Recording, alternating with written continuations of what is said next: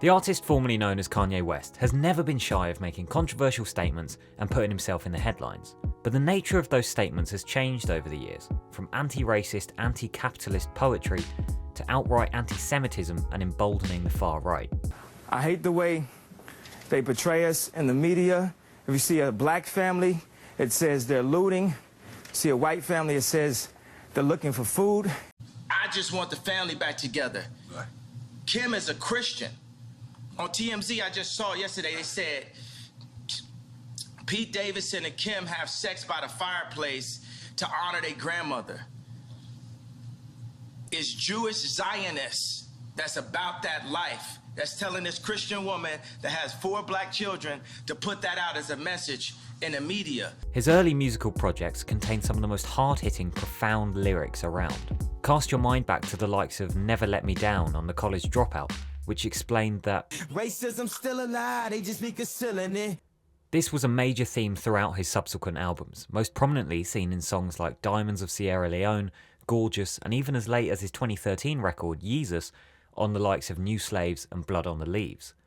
Though that album did also include a song called I Am a God. It was this streak that saw Kanye call out George W. Bush on live television. George Bush doesn't care about black people. It was what made him such a compelling presence in the world of music and popular culture. That has all since vanished. His slide from lovable, insecure, innovative maverick to conspiracy theorist and anti-Semite with a god complex has been a long, tragic fall from grace. We the real rock stars, and I'm the biggest of all of them. Its starting point was probably his interruption of Taylor Swift's acceptance speech at the MTV Awards in 2009. Yo, Taylor, I'm really happy for you. I'm gonna let you finish. But Beyonce had one of the best videos of all time. One of the best videos of all time.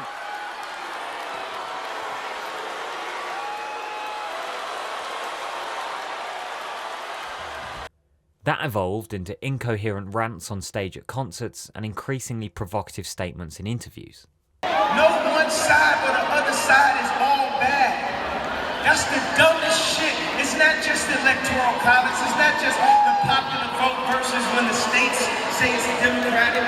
It's not, yeah, that's flawed. That's flawed too. It's not just the echoing on the internet that made everyone believe, including Hillary, that she was going to win. It's not just that. Echoing is the shit when you go to your search engines. And while he would make the occasional valid point about matters like classism, such statements would be undone by contradictory actions. Remember when he endorsed Donald Trump for president? Or when he implied that slavery enforced on black people for 400 years was a choice? About slavery for 400 years? For 400 years? That sounds like a choice. Like, you was there for 400 years and it's all of y'all? Or even when he wore a White Lives Matter shirt? His most recent outburst, which saw him banned from Instagram and Twitter, indicated that any mask worn by the rapper had fully slipped, as he engaged in outright anti-Semitism.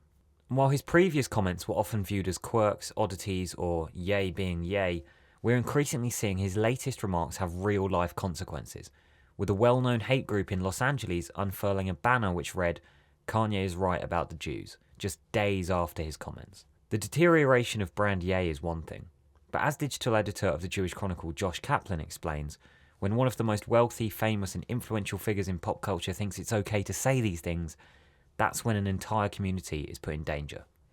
He's clearly not very well, and I think that's also a big part of this. I think realistically, even if someone's not well, people need to realize that like comments like this have impact beyond just the person. Like, you know, it's one thing about, you know, writing off Kanye and saying like, oh, I'm not going to listen to his music and oh, he hates Jews now. But, you know, you saw in LA at the weekend, there were like anti-Semitic people, you know, really co-opting his message. And I think that's when it becomes something that really hurts actual Jews and actually borders into like the more hate crimey stuff rather than someone mentally ill just saying some stupid stuff. People often who maybe don't know Jews or don't have any experience of anti-Semitism will just see these tweets as like him saying something stupid, you know, similar to the White Lives Matter shoot or, you know, his whole thing about how slavery was a choice. Like, and in the same way that those perpetuate harmful attitudes, it's the sort of thing where like other people will see that, and because they like Kanye's music and because they like Kanye's shoes and because they like Kanye as a person, will, you know, implicitly take that as fact, and it will sort of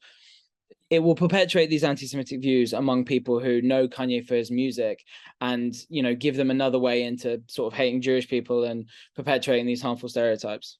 Initially, it wasn't taken as seriously, and I think, I don't want to again play Oppression Olympics, but I think had this been a different ethnicity or people that don't present as white and don't enjoy success in a lot of different ways, I think it maybe would have done. But it does seem like now, Balenciaga's dropped him, Vogue's dropped him, I think Adidas are about to drop him. I think it's finally being taken a bit more seriously. And you see a whole host of celebrities speaking out, like non-Jewish, Jewish ones as well. So I think it's finally being taken kind of seriously, but only after it got to the point where he's saying repeatedly insane stuff. The fact that the Kardashians spoke up was kind of like a big turning point, because it basically, they know him. He was in their family for a long time. And I think for them to say something, obviously with their bajillions of followers, made a kind of a huge difference. He's had a kind of a long history of sort of saying anti-Semitic things. I think it started in kind of 2011, and I think it's clearly over that time he's become more and more sort of mentally unwell. And I think there's a certain element of this that he's saying the most outrageous things he can think of for attention, and because he's in kind of a weird headspace. But it's got more and more extreme over time. So it started in interviews in 2011, 2013, where he would be saying oh, Black people don't have connections, Jews have connections. And now it's getting more and more and more and more to the point where he's saying that Jews don't create anything, Jews just care about money. And it's become more and more extreme over time, as he's got kind of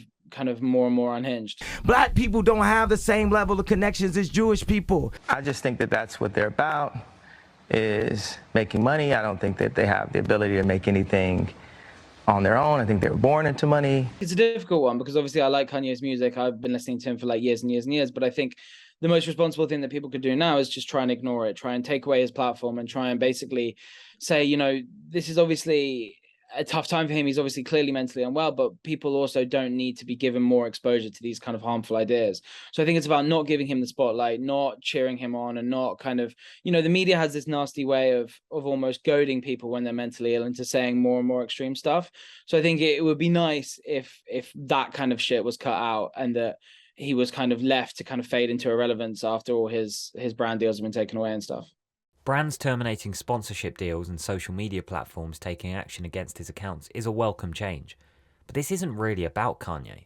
Amid the bluster of Brandier falling apart, it's worth remembering that the real story here is the terrifying normalization of mainstream anti-Semitism and the need to crack down on all forms of it.